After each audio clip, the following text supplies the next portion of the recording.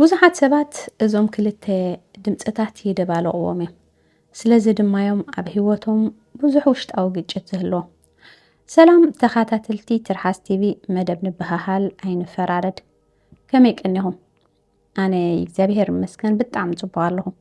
ንስኻትኩም እውን ከምቲ ናተይ ጽቡቕ ንኽትህሉ ናይ ወትሩ ትምኒተይ እዩ። እምበኣር ሎም መዓልቲ ከዓ ከምቲ ልሙድ ንገዛእ ርእስኹም ንኽትኮኑ ዝሕግዙኹም መደባት ሒዝናልኩም መፂና ስለ ዘለና ምሳና ጽንሑ። ሎም መዓልቲ ሒዝናልኩም መፂና ዘለና መደብ ብዛዕባ ኢጎን ሓቀኛ መንነትናን እሞ ብቐጥታ ናብኡ ኸብለኩም። ኢጎ እንታይ እዩ? ሓቀኛ መንነትና ኸ እንታይ እዩ? ብዙሓት ሰባት እዞም ክልተ ድምፅታት እዚኦም ይደባለቕዎም እዮም። ስለዚ ድማ ኣብ ህይወቶም ብዙሕ ውሽጣዊ ግጭት ዝህልዎም። ከም መጀመሪ ዝኾነና ሕቶ ኢጎ እንታይ እዩ? ኢጎ እቲ ካብ ህፃንነትና ጀሚሩ ብወለድና፣ ብማሕበረሰብና፣ ብባህልና፣ ብቤት ትምህርትና፣ ብተመክሮታትና ዝህነፅ መንነት እዩ። በዞም ኣብ ላዕሊ ዝጠቐስናዮም ኣካላት ብዛዕባና ዝሰኣልናዮ ስእሊ ኢጎ ይህነፅ። ሽዑ ኢጎ ከም ዝኽብል ይጅምር። ኣነ እዚ ሞያ ኣለኒ፣ ኣነ ሃብታሜ፣ ኣነ ድኻየ፣ ኣነ ውጥቀቴ፣ ኣነ ካብ ካልኦት ይበልፅ ወይ ድማ ኣነ ካብ ካልኦት ይንእስ እንዳበለ መንነት ክስርት ይጅምር። ኢጎ ብምንፅፃር እዩ ዝነብር። ምስ ካልኦት እንዳተነፃፀረ ንባዕሉ ፀብለል ክብል ይደሊ። መለለይኡ እውን ክርአ፣ ክቕበል፣ ክነኣድ ብምድላይ እዩ። ኢጎ እንታይ ይፈርሕ?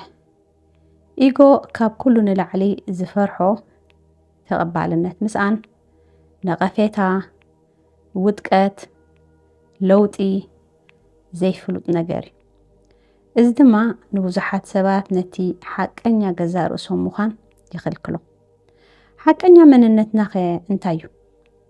ሓቀኛ መንነትና ካብ ኢጎ ዝዓቢ እዩ። ንሱ ከዓ ነፍስና፣ ንቕሓትና ወይ እቲ ሞለከታዊ ህላዌና እዩ። እዚ ክፋልናትና ሰላም ዝመልኦ፣ ፍቕሪ ዝመልኦ፣ ጥበብ ዝመልኦ፣ ዘይፈርሕ ዘይፈርድን እዩ። እቲ ሓቀኛ መንነት ንኻልኦት ኣየዋርድን እዩ። ንሱ ኣብ ቁኑዕ ቦታ ከም ዘሎ ይፈልጥ እዩ። ኣነ ከም ዘለኽዎ ሙሉእ እየ ኢሉ ከዓ ይኣምን። ሙሉእነቱ ንምርግጋፅ ምስ ካልኦት ምውድዳር ኣየድልዮን እዩ። ኢጎን ሓቀኛ መንነትኒ ብኸመይ ንፈልዮም? ኢጎ ከምዚ ይብል፣ ኣነ ሰባት እንተዘይተቐቢሎምኒ እንታይ ክኸውን እየ ይብል። ሓቀኛ መንነትና ኸ ዋጋይ ካብ ርእይቶ ሰባት ኣይብንፅእን እዩ ይብል። ኢጎ ይብል ኣይትኽእልን ኢኻ። ሓቀኛ መንነትና ኸ ፈትን፣ ተመሃር፣ ዕበ ይብል። ኢጎ ይብል ፍርሒ ኣሎ። ሓቀኛ መንነትና ኸ እምነት ኣሎ። ኢጎ ኸነጥፍኦ ድዩ ዘለና? መንፈሳዊ ጉዕዞ ማለት ኢጎ ምጥፋእ ማለት ኣይኮነን። ኢጎ ኣካል ተፈጥሮ ወይ ሰብ ስለ ዝኾነ ኩሉ ግዜ ኣሎ። ግን ኢጎ እንዳመሓደረካ ዘይኮነ ሓቀኛ መንነትካ እንዳመሓደረካ ምንባር እቲ ክልመድ ዘለዎ።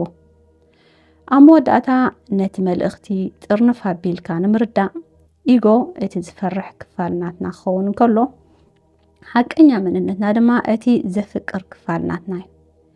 ኢጎ ናብ ፍርሒ ይመርሕ፣ ሓቀኛ መንነትና ከዓ ናብ ፍቕሪ ይመርሕ። ኢጎ ናብ ምቁፅፃር ይመርሕ፣ ሓቀኛ መንነትና ከዓ ናብ እምነትን ሰላምን ይመርሕ። ስለዚ ኩሉ ግዜ ንርእስና ከምዚ ኢልና ንሕተታ፣ እዚ ዝዛረበኒ ዘሎ ኢጎ ድዩ ወይስ ሓቀኛ መንነት እዩ? እዚ ሕቶ ብቐፃሊ ብምሕታት ናብቲ ናይ ብሓቂ ገዛእ ርእስናን ርእሰ ፍልጠትን መንፈሳዊ መብራህትን ክወስደና ይኽእል እዩ። ንሎም መዓልቲ ኣብ ዝወዲእና ኣለና። ስለ ዝፀንሓና ግዜ እንዳመስገንኩ ንዝያዳ ናብ ነብስኹም ክትሰርሑን ውሽጥኹም ንኽትኣትውን ነቲ ንስኹም ንኸይትኾኑ ሓኒቑ ሒዝኩም ዘሎ ትሮማታትን ሕማቕ ስምዒታትን ከተውፁ ምስ ትደልዩ ከም ሂፕኖቴራፒስት መጠን ሂል ክትገብሩ ከሰነየኩም ስለ ዝኽእል ኣብ ኢሜይል ወይ ድማ ኣብ ኢንስታግራም ትርሓስ ቲቪ ዝብል ሕሳብና መልእኽቲ ምግዳፍ ክትረኽቡኒ ትኽእሉ ኢኹም። ብዝተረፈ ብኻልእ መደብ ክሳብ ንራኸብ ሰላምን ጥዕናን ኣብ ዘለናዮ